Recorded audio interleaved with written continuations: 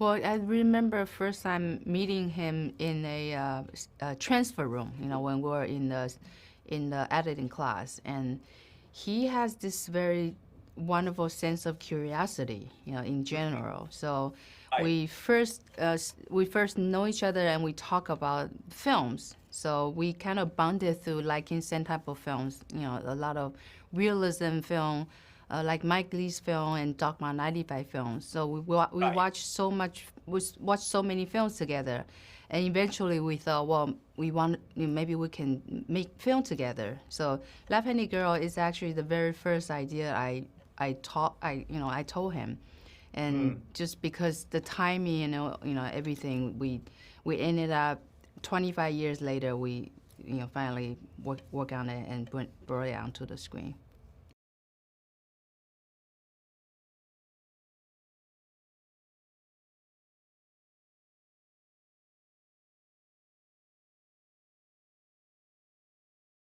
Well, we just kind of keep it in the back burner.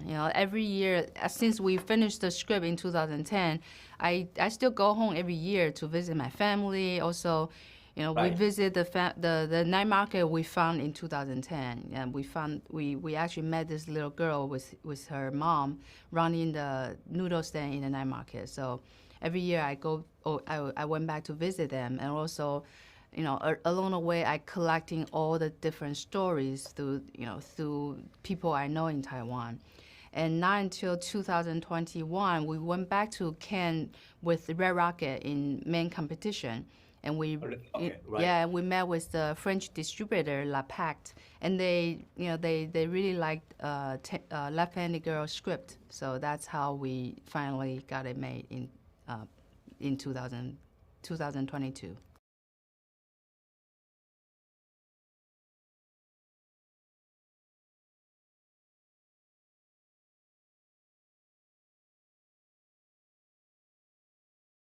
Well, in the very beginning, I was determined to shoot in the real night market. Even after a lot of Taiwanese producers told me it's not possible to shoot in a real night market because one if you because there's so many people walking around, so you can't really control it. But in a way, I because working on is starting from takeout. We Sean we collaborate on so many different film projects, and we always shoot in real locations. So I knew like how to shoot in a real location is to just hire your camera, also hire your camera crew, the crew, your crew members. So in the beginning, we have 20 people set out in the night market, but after the first day of shooting, everybody saw the crew members standing there waiting. And, we couldn't shoot the first day. So the second day, I say everybody has to go away. You have to stay in the office. So we only have 5 to 6 people on the set every day in the night market. And also with the two iPhone, so people didn't really pay attention to us because the iPhone is kind of invisible. So that's how we managed to finally we shot everything in night market and without any control of the crowd. Everything is almost like a documentary style.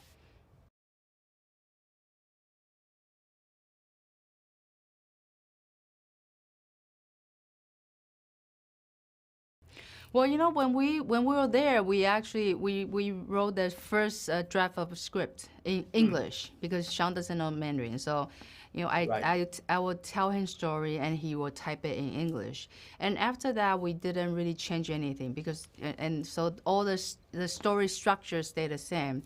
But only difference, compared to the original script, the new script I translate into Chinese when I had to apply for the Taiwanese film grant, and when I translate everything in Chinese, I kind of adding all the new elements that for example, the news, the funny news, the changing name to get free meal, and also the human trafficking news that also they are those two are the real news I just purchased from news station. So some things like that, the new things that happen in Taiwan, I kind of put it in later on when right before we're going to shoot in Taiwan. So everything got kind of updated. And also the character Gugu, the animal. In the original script, it was a monkey because I have a pet monkey when I grew up. So I wanted to have this monkey in the script to memorize him. But unfortunately, we couldn't make it work in Taiwan because they have a very strict rule putting monkey in the film or TV. So really? last minute, I found this vet. They have couple exotic animals. So the vet recommended this meerkat. They said this meerkat is really smart. You can train the meerkat with this. You put his favorite snack, cockroach, into the ball, and you throw the ball. The meerkat will follow the ball. So that's how we make I see. Yeah. So that was the only thing that got changed from the original script.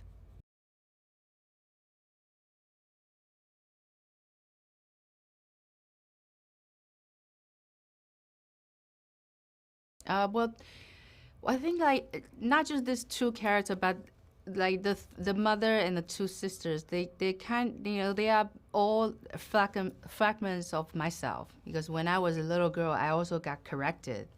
Not as a left-handed girl, so I kind of put myself in there.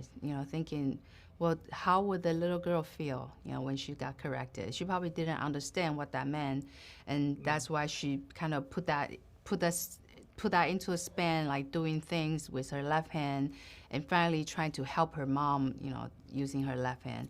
And with the older sister, when I was younger, I was quite rebellious like her. So I kind of put myself into that too, how she's trying to break through, the restriction on her. She wants to be herself. So, you can see how she in the film, she's like really angry. She wants to be herself, and finally she broke through. And it's the mother, she's the one who also got all the restriction put on her, but she already, she was so used to that and she couldn't break out. So the only thing she can do is kind of follow through, all the tradition, and how she, and also as a mother, I since I wrote the script, I became a mother. My daughter's 9 years old. So as a mother, making this film in these recent years, it's really means so much more because I understand how a mother feel when they have, when she has daughter, and she always wants to do good for her daughter, and thinking a good thing to help her daughter.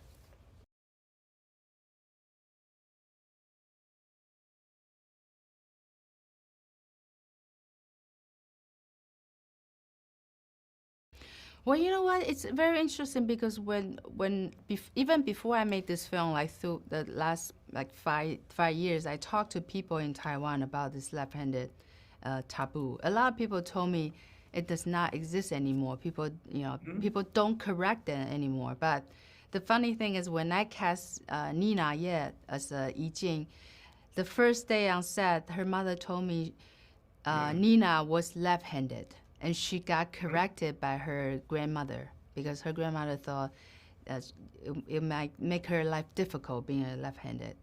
So it's really interesting that it still exists. I think to this day people still do that, but people just don't talk about it anymore because they thought that's a norm. It's kind of embedded in the culture. So it's really interesting to find out like Nina is actually left-handed. Well, they told me to wrap it up. Thank you for your time. Actually, Shih-Ching, I had a good time talking to you. Have a good day. Thank you so much.